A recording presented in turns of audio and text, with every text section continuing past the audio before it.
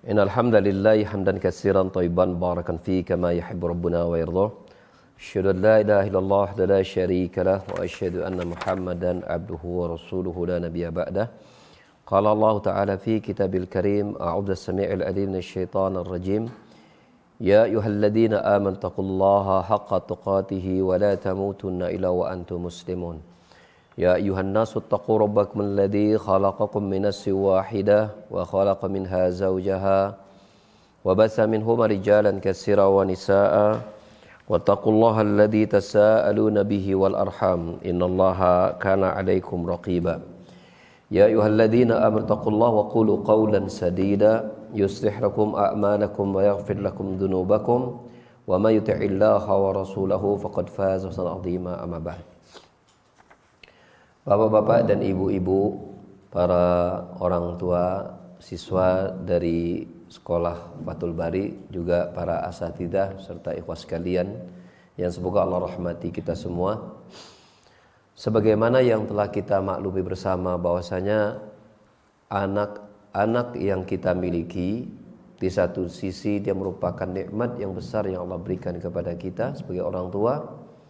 Di sisi yang lain dia juga merupakan amanah, titipan dari Allah Subhanahu wa taala, yang mana setiap amanah yang Allah berikan kepada kita kelak di yaumil qiyamah pasti akan diminta pertanggungjawabannya oleh Allah Subhanahu wa taala. Oleh karenanya Allah Subhanahu wa taala memanggil orang beriman tentang masalah ini dan mengingatkan mereka tentang adanya hari kiamat, terkhusus tentang adanya azab neraka, agar setiap orang tua berusaha untuk menyelamatkan diri dan keluarga mereka dari azab api neraka. Allah Ta'ala berfirman di dalam surat At-Tahrim pada ayat yang ke-6 berfirman, Ya ayyuhalladzina amanu qu anfusakum wa ahlikum nara. Wahai orang-orang yang beriman, jagalah diri kalian dan keluarga kalian dari siksa api neraka. Ayat tersebut tentu secara mantuknya berisi kewajiban bagi para orang tua.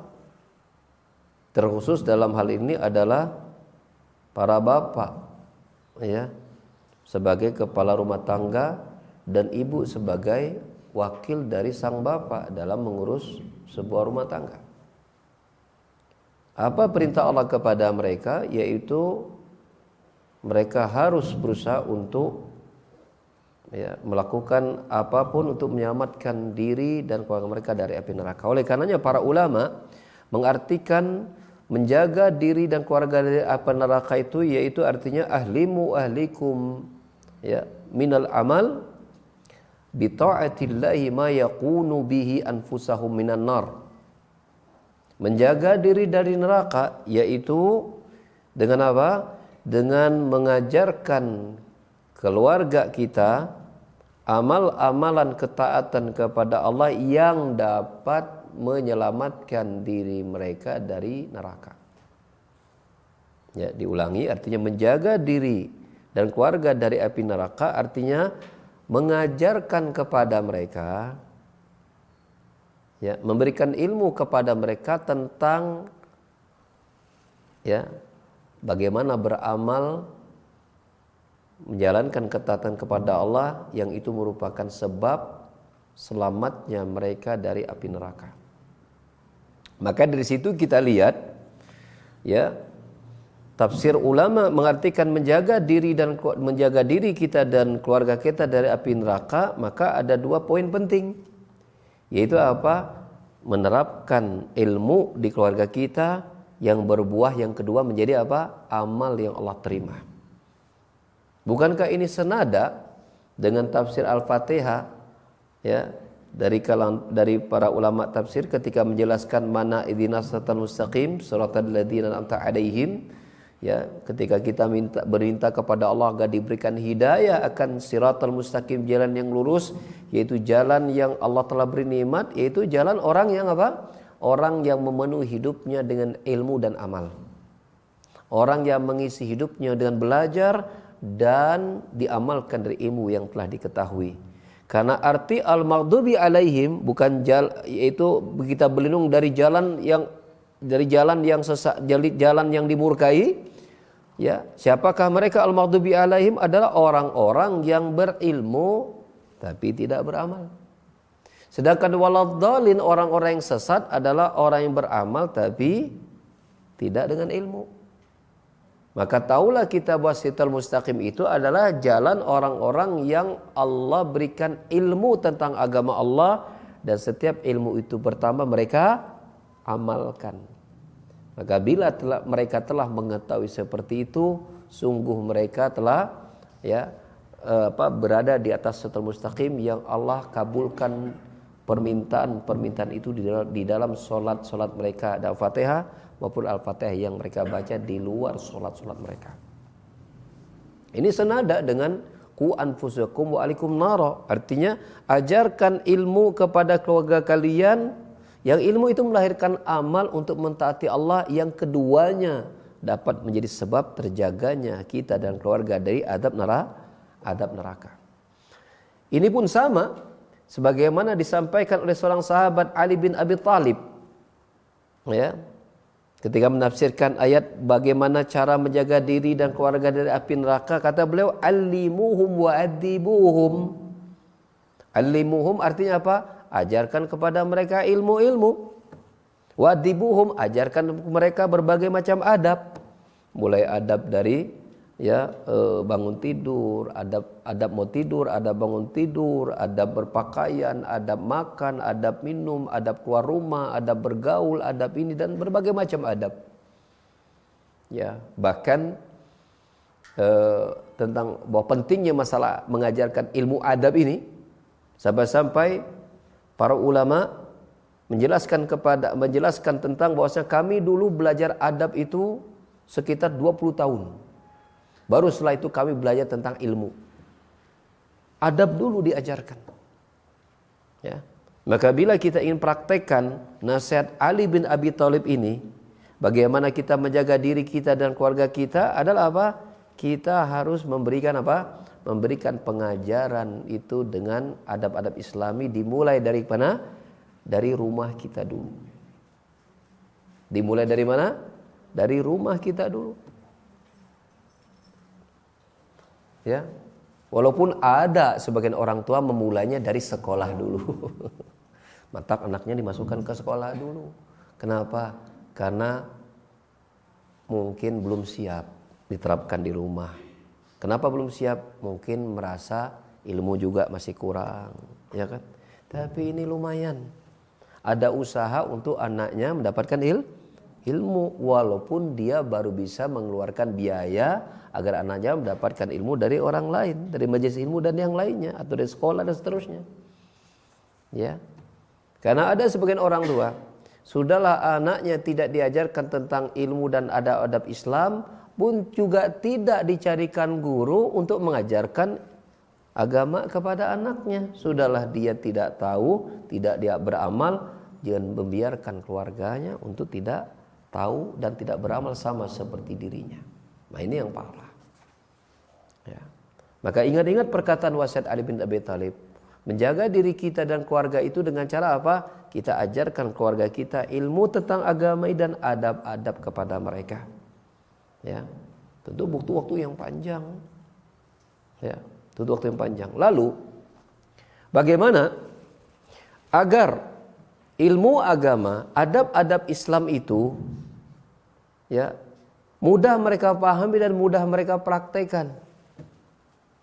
Ya, maka bicara tentang ilmu, maka kita pun membutuhkan ilmu bagaimana kita mendidik anak kita. Di antara ilmunya adalah apa? Orang tua juga harus belajar. Orang tua juga harus belajar. Karena faqidus syai' la yu'ti. Orang yang tidak memiliki tidak akan bisa memberi. Bagaimana orang tua bisa mengajarkan ilmu wong dia juga can boga ilmu na. Berarti bagaimana menjalankan ayat ini? Berarti orang tua harus pertama kali belajar agar dia bisa mengajarkan anak-anaknya, keluarganya ilmu. Ya. Dan kita tidak bisa beralasan, Pak Ustadz, saya sibuk Pak Ustadz, susah cari waktu. Ya, maka kita menjawab, waktu luang itu nggak ada. Yang ada luangkan waktu. Tidak ada namanya waktu luang. Yang ada meluangkan waktu. Jangan biarkan waktu diatur dunia kita oleh orang lain. Kita yang mengendalikan waktu kita. Tinggal disesuaikan. Kalau kita mau dan jujur, biidznillah Allah akan mudahkan. Misal, kita bertekad bahwa saya ingin pokoknya seminggu sekali, ya, atau seminggu 2 kali di hari anu, jam anu, tidak mau diganggu oleh apa kecuali hanya belajar. Terserah, mungkin milihnya belajar membaca buku, terserah mungkin memilihnya mendengarkan YouTube pengajian, terserah mungkin hadir ke pengajian, terserah mungkin hanya sekedar diskusi lewat WA dan telepon kepada ya orang-orang berilmu. Metodenya silakan pilih. Tapi kita sudah berusaha untuk meluangkan waktu untuk belajar. Jadi jangan sampai kita beralasan nggak ada waktu Pak Ustadz, kita sibuk, Masya Allah. Ya. Karena kita tidak bisa ya membawa diri dan keluarga kita agar masuk surga dan selamat dari api neraka kecuali dengan ilmu. Kecuali dengan ilmu. Buktinya Rasulullah sallallahu alaihi wasallam dalam hadis Sahih Muslim bersabda, "Man salaka tariqan yaltamisu fi ilman sahalallahu lahu bihi tariqan ilal jannah." Barang siapa yang menempuh jalan menuntut ilmu, Allah mudahkan jalannya menuju surga. Apa mafhumnya? Berarti orang yang dipersulit untuk masuk surga adalah orang yang Allah persulit untuk mendapatkan ilmu. Dengan berbagai macam alasan. Saya sibuk Pak Ustaz. Dipersulit. Tidak dibukakan keberkahan ilmu buat dirinya. Maka yang pertama, cara kita menjalankan ayat itu sebagai orang tua yang menginginkan anak-anaknya sebagai anak-anak harapan surganya adalah apa? Orang tuanya harus semangat untuk belajar. Talibul ilmi. Itu yang pertama. Dan ini enggak ada tawar-menawar. Enggak ada tawar-menawar. Ini sudah harga mati. Orang tua harus rajin belajar. Jangan sampai pleng. Bulan, 2 bulan megang buku enggak. Ya, datang ke pengajian tara, lihat YouTube, nontonnya yang lain, musibah. Maka itu musibah. Apa? Otaknya tidak tergerak untuk memikirkan bagaimana menyelamatkan keluarga dari api neraka kalau begitu. Ya, ini yang pertama. Ya, langkah orang tua untuk agar anak-anaknya menjadi harapan surganya.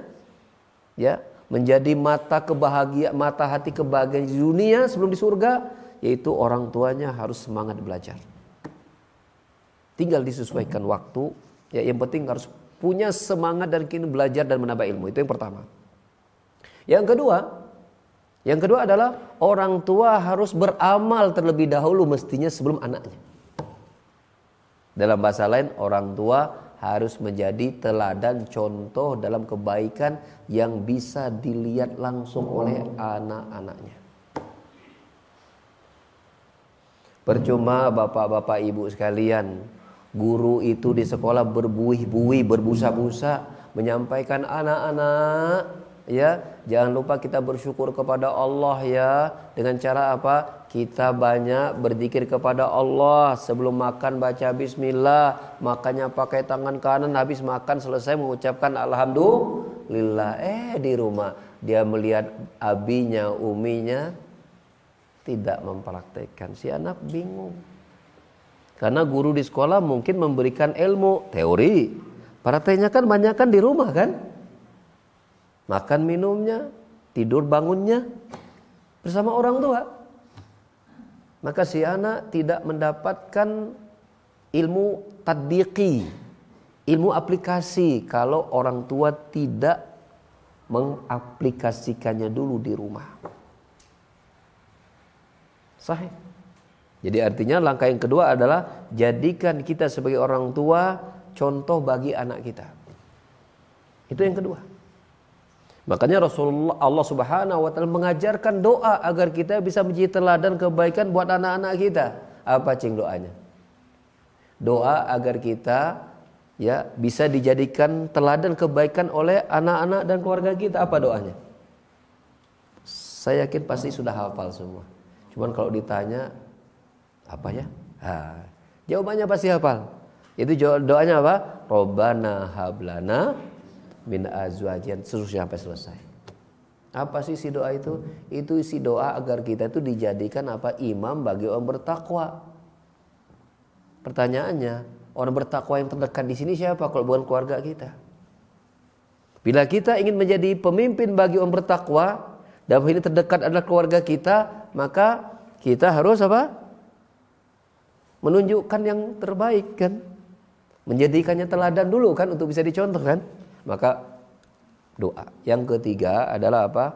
Banyakin doa itu. Jadi yang pertama, orang tua harus nambah ilmu. Yang kedua, orang tua harus menjadi teladan. Ketiga, orang tua berdoa banyak untuk kebaikan diri dan keluarganya. Di antara doanya tadi, Rabbana hablana min azwajina wa dzurriyyatina qurrata a'yun. Di antara doa kebaikan buat diri kita dan keluarga kita adalah doa sapu jagat. Apa doa sapu jagat, Cing? Rabbana atina. Itu doa terdapat dalam Al-Quran surat Al-Baqarah ayat 201. Surah Al-Baqarah ayat 201. Dan bila kita melihat Al-Baqarah ayat 200-nya, tahulah kita ini doa yang luar biasa. Karena pada ayat 200-nya, Al-Baqarah 200-nya, itu Allah menceritakan ada doanya orang-orang yang tidak peduli dengan kebaikan. Kata Allah Subhanahu wa taala, "Wa minan nasi may yaqulu rabbana atina fid dunya wa ma lahum fil akhirati min khalaq." Di antara manusia ada yang berdoa kepada Allah, "Ya Rabb, berikan kepada kami semua isi dunia." Mau kekayaannya, mau jabatannya, mau kesehatannya, mau materinya, berikan semua ya Rabb. Dan mereka itu tidak mendapatkan sedikit pun kebahagiaan nasib di akhirat, kata Allah. Wa minhum, nah di antara mereka itu ada yang berdoa. Ini adalah orang mukmin yang saleh. Doa mereka tidak saja meminta ya semua yang berisi dunia, tapi Allah minta juga apa? Kebaikan dunia tersebut. Apa saja isinya? Ya, maka Al-Ibnu Katsir rahimahullah taala ketika menafsirkan ayat itu, mana Rabbana atina fid dunya, Al-Baqarah 201 ya. Nanti antum bisa buka Ibnu Katsir di rumah. Al-Baqarah 201. Makna kebaikan dunia itu ternyata apapun yang berbau dunia yang kita inginkan, ya, mulai dari punya anak badan yang sehat, rumah yang nyaman, ya, anak yang soleh, pasangan yang serasi, harta yang banyak, itu kita sukai tidak? Kita sukai. Tetapi ada kebaikan dunia yang mengalahkan kebaikan-kebaikan tadi. Apa itu? Al-ilmun nafi' wal amal salih. Mendapatkan ilmu yang bermanfaat dan beramal soleh. Bisa beramal soleh.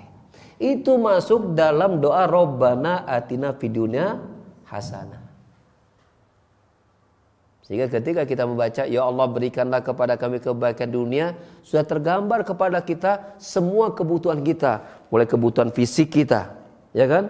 Mulai kebutuhan ini dan itu dari kebutuhan dunia kita, plus kebutuhan dunia kita yang berkaitan dengan akhirat kita. Yaitu apa? Al-ilmun nafi' wal amal soleh. Dan ini justru kebaikan dunia yang tertinggi, kata Ibnu Qayyim rahimahullah ta'ala. Betul. Kita punya harta yang banyak, bagus atau tidak? Bagus. Punya rumah yang bagus, bagus atau tidak? Baik. Punya anak yang sehat, ya, bagus. Punya uang yang banyak, cakep, gitu kan? Punya kendaraan yang hani, markabun hani, maksudnya kendaraan yang nyaman. Nggak harus mahal, kan biasanya nyaman mahal-mahal memang. Ya. Yang penting nggak mogok, ya, kita nyaman, memudahkan urusan kita. Itu kebaikan. Tetapi semua kebaikan itu kata Qayyim adalah apa? Yaitu ketika Allah berikan kita mendapatkan ilmu nafi' dan amal saleh. Ini makna Rabbana atina fid dunya. Adapun makna Rabb fil akhirati hasanah, dan berikanlah kepada kami kebaikan akhirat, ya. Maka baik berupa kebaikan akhirat itu, baik berupa Allah berikan kita naungan fil ursat, ya, ketika di padang mahsyar kita diberikan naungan, tidak merasakan kepanasan, karena pada hari kiamat itu matahari Allah dekatkan dengan sedekat-dekatnya, begitu panasnya luar biasa. Dan fi yaumin kana miqdar 50 alfasana. Yang hari kiamat itu, padang mahsyar itu adalah hari di mana satu harinya sama hari adalah berapa jumlahnya? 50.000 tahun. Satu hari 50.000 tahun. Siang terus 50.000 tahun. Antum kalau dikasih satu tahun siang terus nggak akan kuat hidup di dunia. Betul nggak? Siang terus. Karena kalau siang terus berarti orang hidup terus, kerja terus. Kapan kita bisa tidur? Ini 50.000 tahun nggak pernah ada waktu istirahat. Siang terus. Matahari Allah dekatkan dengan sedekat-dekatnya. Sehingga manusia merasakan kepayan yang luar biasa.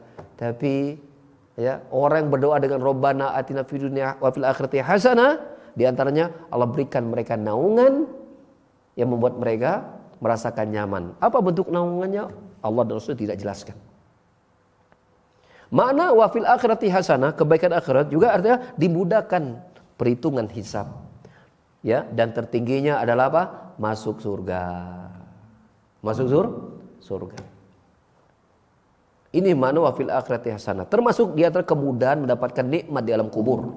Itu makna wa fil akhirati hasanah. Sedangkan makna wa qina adzabannar, jauhkanlah kami dari adab neraka, ya, baik apapun berupa jenis adabnya, termasuk kita minta agar Allah menjauhkan kita dari semua sebab-sebab yang seseorang itu mudah masuk neraka. Apa itu? Melakukan perbuatan haram dan maksiat dan dosa. Bagaimana waqina adzabannar? Kita berlindung kepada Allah, termasuk diantaranya berlindung kepada Allah dari sebab-sebab yang dapat memasukkan kita dari neraka berupa apa? Melakukan perbuatan haram, dosa, maksiat dan sejenisnya. Itu mana waqina adzabannar. Ya, baca doa itu dengan penuh pengharapan dan pemaknaan, ya, yang itu mudah-mudahan apa? Ketika Allah mengaburkan Rabbana atina fid dunya hasanah, maka Allah berikan kita anak-anak yang soleh. Allah berikan kita untuk bisa beramal soleh dan amal yang Allah terima, yang menjadi sebab kemudian Allah mudahkan kehidupan di alam kubur kita dan di hari kiamat. Kemudian yang keempat, ya, ini merupakan dzikrul bayan, ya, al-khas badal am atau takhsisih. Yang keempat adalah menjelaskan tentang mana ilmu pada poin yang pertama. Di antara ilmu yang dimiliki orang tua dan pendidikan anak, ya, adalah apa? Yang mengetahui tentang ilmu pendidikan anak dari tinjauan sisi umur mereka.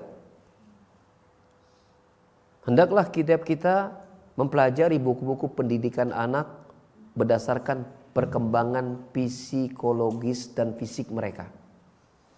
Berdasarkan apa? Perkembangan psikologi mereka dan pertumbuhan fisik mereka. Kalau tumbuh fisik, berkembang pemikiran dan psikologis. Pelajari. Ya. Bagi bapak-bapak yang menyekolahkan anaknya SMP di Fathul Bari, pelajari psikologi anak SMP. Maka jangan samakan sikap kita kepada anak kita yang sudah SMP dengan ketika dia masih SD. Mungkin kalau dia SD, kita mungkin kepada anak pakai bahasa instruksi. Pokoknya, gitu kan, kerjakan, entong, kerjakan, entong, nah gitu kan. Kita mungkin lebih kepada apa? Karena kita anak-anak di SD itu banyak tidak tahu, kita banyak berikan instruksi-instruksi untuk langsung kerjakan atau tinggalkan. Tapi kalau sudah SMP, pendekatannya harus lebih banyak kepada pendekatan apa? Musyawarah. Itu harus dimulai di situ. Ya, harus dimulai di situ.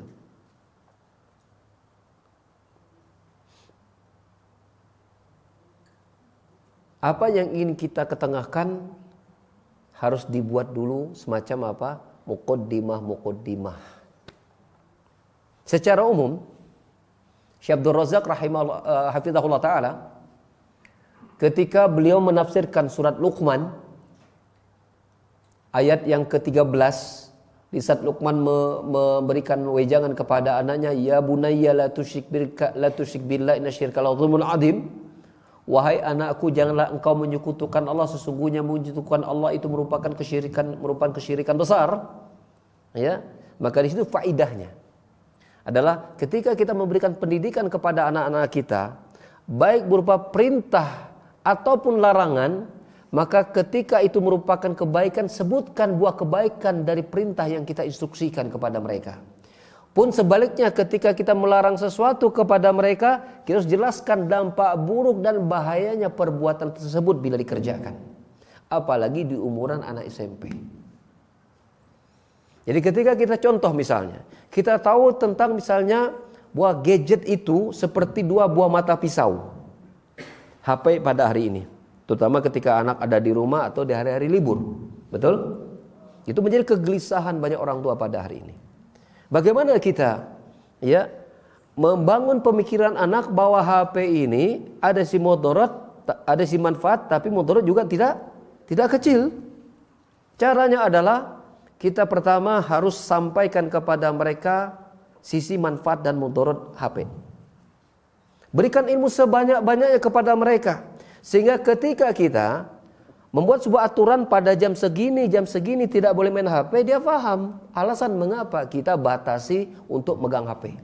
Ingat Bapak Ibu sekalian, di umur seperti ini, umur yang sangat-sangat rentan ketika anak pegang HP tanpa kendali dari orang tua. Hati-hati. Hati-hati. Ya, orang tua harus masuk dalam dunia pemikiran anak-anak di masa digital pada hari ini. Disebutnya apa? Gen Z apa Gen Q hari ini? Gen Z ya. Harus masuk. Lihat apa yang mereka main. Lihat apa yang mereka tonton. Harus masuk dalam dunia mereka. Dan ingat, harus ada kesepakatan bahwa main itu harus jam sekian. Tidak boleh kita biarkan tanpa aturan pegang HP. Jamnya terutama. Kalau membuat mereka nggak pegang HP sama sekali, rasa-rasa susah ya. Saya sendiri nggak bisa membuat anak pokoknya nggak boleh pegang HP, susah. Apalagi pas masa pandemi, belajar kudu online, tiap anak kudu buka HP. Berdampak kan sampai sekarang kan, HP-nya kudu masih ada. Apa yang kita lakukan? Pertama, buat aturan main waktu pegang HP-nya kapan saja. Ya, sebagian orang tua, termasuk kami sebagai orang tua, itu anak di hari sekolah nggak boleh pegang HP sama sekali. Di hari libur hanya boleh di akhir pekan, itu pun hanya boleh di 2 jam saja. Sisanya apa yang kita lakukan? Kita berikan permainan-permainan offline. Kalau dia senang gambar, siapkan oleh kita semua alat gambarnya. Sahih. Bukunya kah, kertasnya kah, pewarnanya kah, semuanya. Kalau dia butuh ide, kita kasih idenya bisa dari YouTube misalnya. Ada namanya apa sih? Kayak instruksi apa namanya? Kalau pengen ini ada apa namanya? Tutorial. Masuk di situ. Kasih tutorial yang berkaitan dengan hobinya dia. Ya. Dan jangan lupa di umur anak-anak seperti ini dia senang alam terbuka, tempat terbuka. Jadi di waktu anak ada di rumah misalnya akhir pekan, luangkanlah waktu untuk bawa mereka keluar untuk segera bereksplorasi. Kalaupun mengajak mereka untuk misalnya makan di luar, maka jadikan makan itu waktu bersama untuk memberikan pendidikan. Caranya bagaimana? Ketika waktu makan, tanyakan kepada mereka apa yang mereka pahami dari apa yang mereka rasakan di sekolah. Apa yang mereka keluhkan berkenaan dengan yang mungkin masalah susah sedihnya dia dalam hidupnya. Apa yang dia pikirkan? Manfaatkan momentum itu kita berdialog agar kita masuk dalam pola pikirnya. Bila kita sudah bisa mendiagnosa pola pikir anak kita, bila kita sudah bisa mendiagnosa kejiwaannya, maka kita sebagai orang tua bisa sedikit sharing pengalaman perjalanan kita sebagai orang tua. Berikan itu kepada mereka di umur SMP, inilah waktu yang sangat ideal. Itu pengalaman kami ya, karena saya alhamdulillah punya anak 8 ya, yang SD sisa 2 sekarang. Kelas 6 di BSC perempuan, kelas 3 juga di BSC perempuan. 6 ke atasnya 3 sudah nikah, 3-nya pesantren. Ya. Dan dari apa yang kami pantau juga buku-buku literatur yang kami baca, maka memang masa-masa SMP itu masa-masa yang sangat rentan. Hati-hati Bapak Ibu sekalian, bahwa di umur-umur segini, terutama nanti ketika mereka umur kelas 9, itu masa, kalau saya menyebutnya masa pertaruhan. Anak kita nanti akan mudah berkembang atau anak kita akan hilang dari peredaran harapan kita. Terutama itu anaknya nonton. Itu anaknya nonton. Terutama nanti ketika naik kelas 9. Itu pengalaman kita dan pengalaman teman-temannya di sekolah. Rata nikah baik laki maupun perempuan. Terutama laki-laki. Ini berdasarkan pengalaman saya. Jadi bapak-bapak, ibu-ibu, mulai kelas anak kelas 7 SMP itu sudah mau dikawal. Dikawal bukan enggak boleh ini ya, bukan. Dikawal apa? Perasaan dia. Dikawal pola pikirnya, dikawal psikologinya. Mulai masuk SMP. Sekarang lah masanya. Ya. Tidak boleh kemudian kita beralasan, ya kan saya sudah sekolah kan di Fathul Bari, ya kan, gurunya Bararager, ilmunya Bararagus, ya kan, materinya cocok, udah pokoknya aman. Allah ingat, kewajiban mendidik anak itu adalah kewajiban siapa? Orang tua, bukan kewajiban guru loh. Kewajiban guru itu ngajar, kewajiban mendidik itu orang tua, paham ya? Walaupun guru harus menjadi pendidik, ya, tetapi kewajiban mendidik itu adalah kewajiban orang tua, bukan kewajiban guru. Jadi jangan sampai Bapak Ibu sekalian, ketika lihat anak ada kurang sana sini, kemudian datang ke sekolah ngontrok, Ustaz kumaha sih? Anak saya kok jadi begini pas sekolah Fathul Bari? Nanti Ustaznya jawab aja, di rumah diapain sama Bapak? Bapak ngapain aja di rumah? Saya kan sibuk kerja. Nah itulah salah kau, kerja mulu. Nggak pernah ngomong sama anak, nggak pernah diskusi sama mereka, nggak pernah menanyakan perasaan mereka, nggak pernah bertanya pola pikir mereka. Mana tanggung jawab kau sebagai bapak? Emang kewajiban bapak tuh cari duit doang? Mana dalilnya? Doang saja teh? Enggak. Kewajiban orang tua nih ayatnya At-Tahrim ayat 6, jagalah diri kalian para bapak dan keluarga kalian dari api neraka. Apa maksud menjaganya? Ajarkan ilmu dan adab. Kapan kau ajarkan adab kepada anakmu? Kapan kau ajarkan ilmu kepada mereka? Tak pernah kan? Bukankah kegagalan kewajiban pertama kewajiban engkau sebagai seorang bapak atau engkau sebagai seorang ibu? Halo, gitu kan? Sadar. Tapi kan Pak Ustadz kan lebih berilmu. Iya, tapi ya sama-sama. Guru berusaha maksimal di jam sekolah memberikan terbaik. Tapi di luar itu kan dia ada dunia maya. Ada HP juga di situ. Ada alam berpikirnya dia di sana. Pernahkah Bapak Ibu memantau selama di rumah? Kalau di sekolah kita yakin guru pasti memantau setiap perkataan si murid, perbuatan mereka terpantau karena ada instrumen penilaiannya di situ. Tapi hidayah tangan Allah, maka diperlukan penjagaan juga dari orang tua di rumah. Jangan cuek Bapak Ibu sekalian tentang anak-anak kita di rumah, jangan. Pokoknya mah udah, anak saya udah sekolah full day, pokoknya masuk pisurgaeun ieu mah. Enggak perlu lagi orang toel-toel, pokoknya beres we. Hati-hati kayak di hari kiamat disetrum. Mana tanggung jawabnya bagi orang tua? Mendidik anak tanggung jawab orang tua. Jadi harus ada satu pola pikir dalam meraih surga kita dan anak dan keluarga kita. Harus sama visi. Makanya terapkan minimal 4 tadi, minimal loh ya. Satu apa tadi? Orang tua harus belajar. Betul? Yang kedua orang tua harus menjadi teladan. Yang ketiga, banyakin doa. Yang keempat apa? Pelajari ilmu tentang pendidikan anak sesuai dengan apa tadi? Perkembangan dan pertumbuhan mereka. Yang umur TK pelajari, yang umurnya SD pelajari. Buka buku tentang pendidikan anak. Jangan malas. Kan kita dulu kuliah kan nggak diajarkan ilmu mendidik anak, betul nggak? kuliah ekonomi, matematika, psikologi segala macam, atau psikologi umum, bukan psikologi anak. Untuk psikologi anak harus ngambil S2, spesialisasi namanya, betul nggak? Itu kalau kita kuliah di situ. Nah, kalau kita tak pernah belajar, bacalah. Karena kita punya kewajiban dengan perintah Allah Subhanahu wa taala, qu anfusakum wa ahlikum nar. Belajar. Waktu di pesantren belajar ilmu tentang apa? Tauhid, akidah, fikih, syariah, halal, haram itu. Tapi bab tentang pendidikan anak harus belajar lagi fikihnya. Ada lagi bukunya. Bulughul Maram, antum bisa buka buku fikih Bulughul Maram. Itu tidak ada bab khusus tentang pendidikan anak secara detail, enggak ada. Tambah lagi buku rujukan kitab tentang pendidikan anak. Syekh Abdul Razak saja sampai menulis buku tentang nama Tazkiyatul Abna namanya. Ya, Tarbiyatul Abna, mendidik anak. Para ulama menulis buku khusus tentang pendidikan anak. Saking itu dibutuhkan dalam apa? Ilmu kita mendidik keluarga, belajar Bapak Ibu sekalian. Ini juga saya sampaikan kepada para ustadz juga. Kita ini belajar agama, ya. Sering molotok di bab apa? Toharo, bersuci, wudu, sholat, zakat, saum, haji.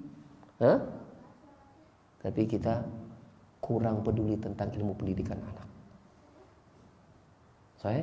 Kita belajar tentang ilmu qiraat, ilmu tahsin, ilmu tajwid.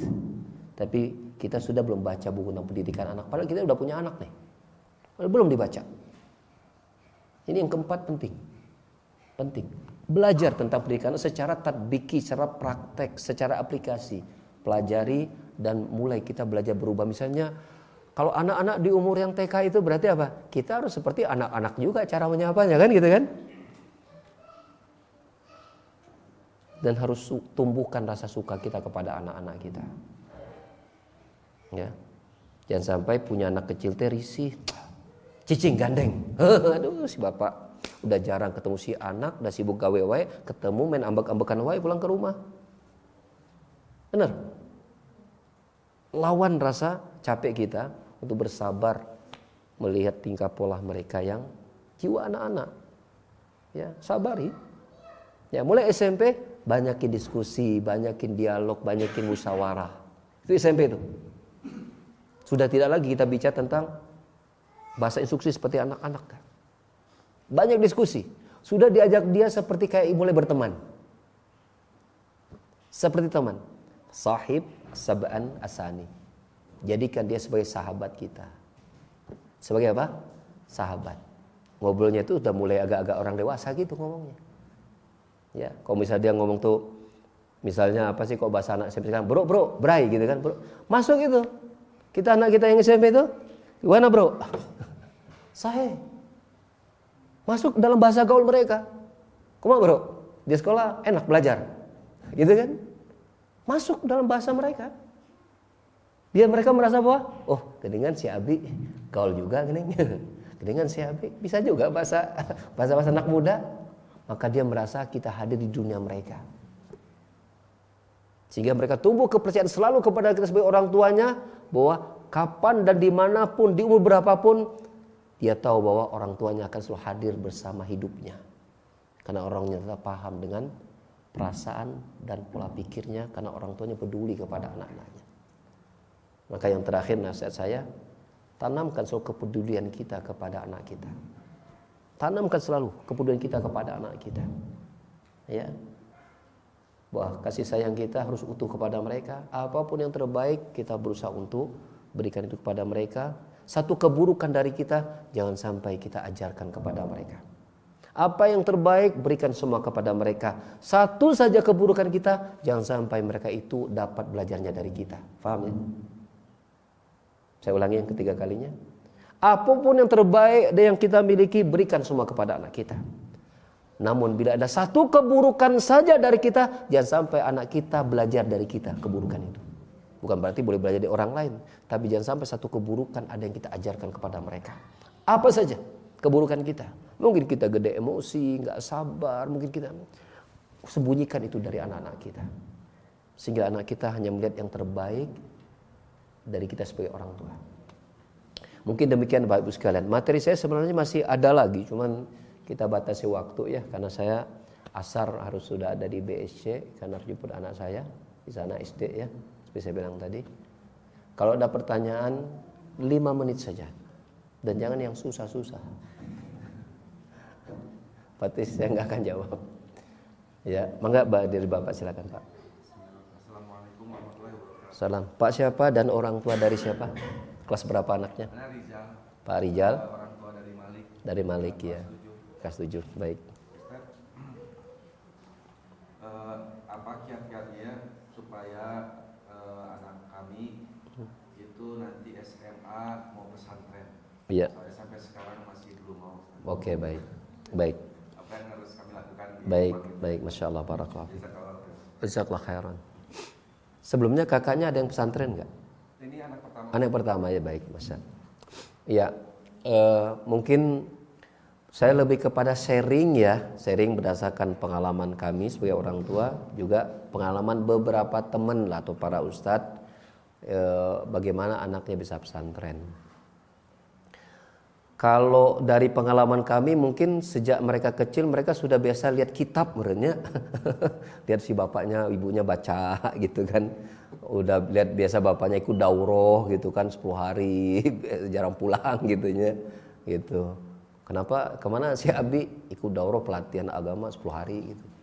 Nyantren lah bahasa gitu ya. Jadi kenalkan bahasa-bahasa pesantren gitu, seperti itu. Dan kebetulan saya pernah pesantren. Jadi mungkin karena pernah itu kita bisa sharing suka duka menjadi seorang santri gitu kan, seperti itu. Cuma kita selalu berprinsip anak tidak boleh pesantrenkan di umur SD, minimal SMP. Apalagi ada fatwa dari Syekh Ali Hasan, itu nggak boleh. Anak yang masih kecil itu jauh dari orang tua, itu nggak boleh. Nggak boleh jauh dari orang tua. Termasuk SMP pun itu tidak harus pesantren. Tergantung kondisi anak. Apakah dia bisa mandiri jauh dari orang tua? Ya, kan kita bisa lihat kadarnya kan, gitu kan? Atau belum saatnya. Namun tidak ada salahnya kita persiapkan sedini mungkin. Misal ketika kita TK, SD atau anaknya kita pengen akan diarahkan SMA pesantren, masih SMP, maka sejak dari itu kita bicara tentang pesantren dulu. Bicara bukan nanti kamu nanti pesantren, jangan dulu. Jangan bicara bahwa nanti kamu pesantren ya, jangan.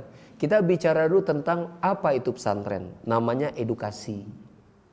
Pemberian ilmu tentang apa itu pesantren. Apa isinya? Bagaimana bentuk kondisi bangunannya? Ya, apa yang dikerjakan santri di dalamnya? Bagaimana suka duka menjadi seorang santri? Apa manfaat besar yang didapatkan dan apa mudarat yang ada akan diraih? Cuman karena kita punya visi dia akan pesantren, gambarkan yang ya manfaatnya lebih banyak daripada mudaratnya. Jangan sampai kita mengatakan, "Nah, pesantren itu pokoknya enak." Nah, itu berarti kita bohong. Pokoknya pesantren itu pokoknya bagus, berarti bohong. Kenapa? Pesantren ada dukanya juga. Rasa sedih jadi orang tua, rindu yang gak tertahankan, boleh pulang kecuali kalau hari libur. Itu penderitaan menjadi seorang santri. Kurang ini, kurang itu. Ya, semuanya ada batas-batas waktunya, batas-batas jumlahnya. Ketengahkan semua. Sampaikan kepada mereka. Itulah namanya pengorbanan. Lalu berkorban rasa sedih, rasa rindu, kurang-kurang itu apa sih yang akan diraih? Nah, kita sebutkan. Ini memang pengorbanan, ada kekurangan, tapi ini enggak seberapa dibanding keuntungan yang akan kau dapatkan, nak. Apa? Engkau memiliki jiwa yang lebih siap banting. Bahkan ketika kami orang tua sudah meninggal. Saya perhatikan anak saya yang pesantren itu Masya Allah. Sekarang udah berkeluarga 3 orang. Tangguh, alhamdulillah. Enggak mudah cengeng menghadapi masalah. Karena kita didik berusaha untuk kalau bisa selesaikan sendiri. Jangan bawa ke orang tua. Karena kami juga sebagai orang tua, waktu kami berkeluarga, masalah kami tidak kami beritahukan kepada orang tua dan mertua. Kami berusaha untuk selesaikan sendiri. Tapi kalau ingin sharing dan ingin minta nasihat, kami akan berikan. Jadi kita berusaha tidak masuk kepada masalah anak-anak kita dan mantu kita, enggak. Biarkan dia menyelesaikannya sendiri.